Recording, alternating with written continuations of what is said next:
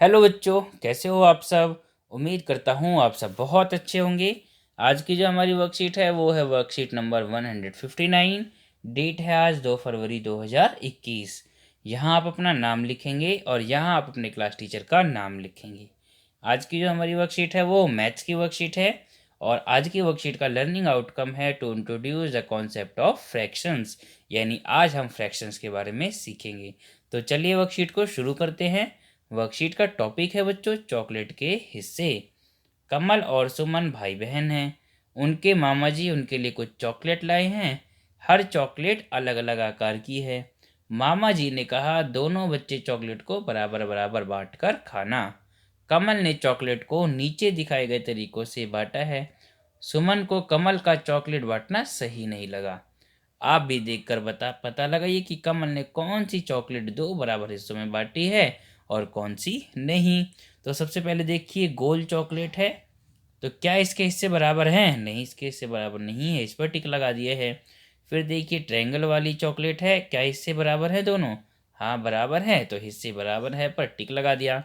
फिर देखिए रेक्टेंगल वाली चॉकलेट है, तो क्या इसके दोनों हिस्से बराबर है? नहीं, इसके दोनों हिस्से बराबर नहीं है, इस पर टिक लगा दिया। फिर देखिए हर्ट वाली चॉकलेट है, क्या इसके दोनों हिस्से बराबर हैं? नहीं, इसके भी दोनों हिस्से बराबर नहीं हैं, तो हिस्से बराबर नहीं है पर टिक लगा दिया। ठीक है, अब आगे चलते हैं।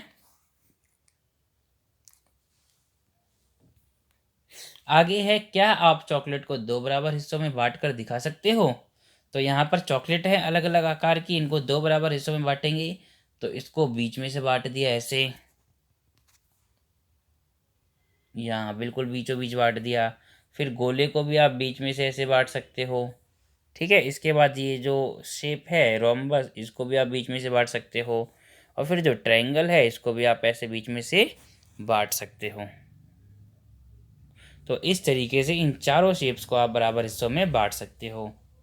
आगे है देखिए, क्या आप बता सकते हैं कि एक बच्चे को चॉकलेट का कितना हिस्सा मिलेगा? तो कितना मिलेगा? 1/2 या फिर आधा। देखिए आगे कमल और सुमन के दो मित्र भी उसी समय घर आ गए। मामा जी ने कुछ और चॉकलेट निकाल कर सुमन को दी और कहा कि इन्हें अब 4 बराबर हिस्सों में बांट कर खाना। सुमन ने चॉकलेट के 4 बराबर हिस्से कर दिए। सभी ने चॉकलेट का 1/4 भाग खा लिया। आप भी बाकी चॉकलेट को 4 बराबर बराबर हिस्से में बांटने में सुमन की मदद कीजिए।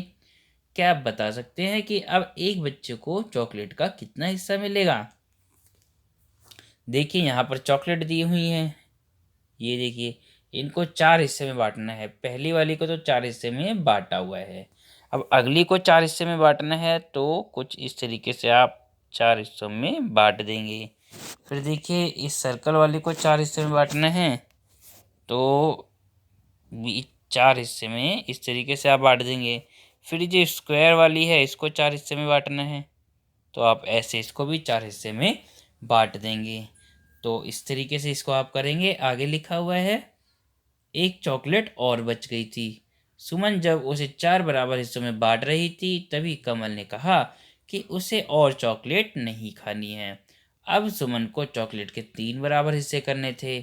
सुमन ने चॉकलेट को इस प्रकार से 3 हिस्सों में बांट दिया। देखिए यहाँ पर इस चॉकलेट को 3 हिस्से में बांटा हुआ है। आगे क्या है, अपनी पसंद की एक चॉकलेट बनाएं और उसे 3 हिस्सों में बांटने की कोशिश कीजिए। आपको क्या करना है, अपनी पसंद की एक चॉकलेट बनानी है और उसको 3 बराबर हिस्सों में बांटना है। अब देखिए आगे क्या दिया हुआ है आपको, आगे समझने के लिए है। क्या आप जानते हैं, जब हम किसी एक चीज़ या चीज़ों के एक समूह को 2 बराबर हिस्सों में बांटते हैं तो एक हिस्सा पूरे हिस्से का हाफ आधा कहलाता है, जिसे गणितीय भाषा में 1/2 लिखते हैं।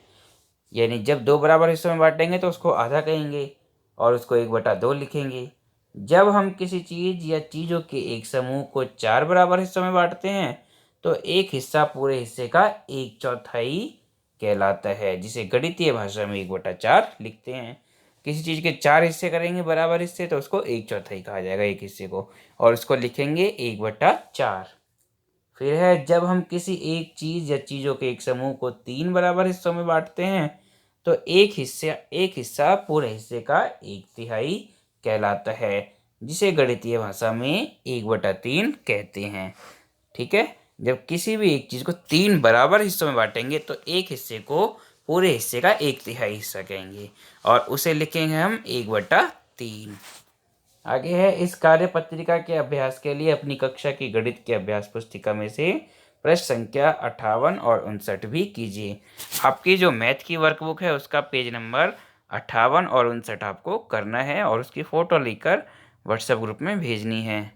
तो उम्मीद करता हूँ आपको ये वर्कशीट समझ में आ गई होगी।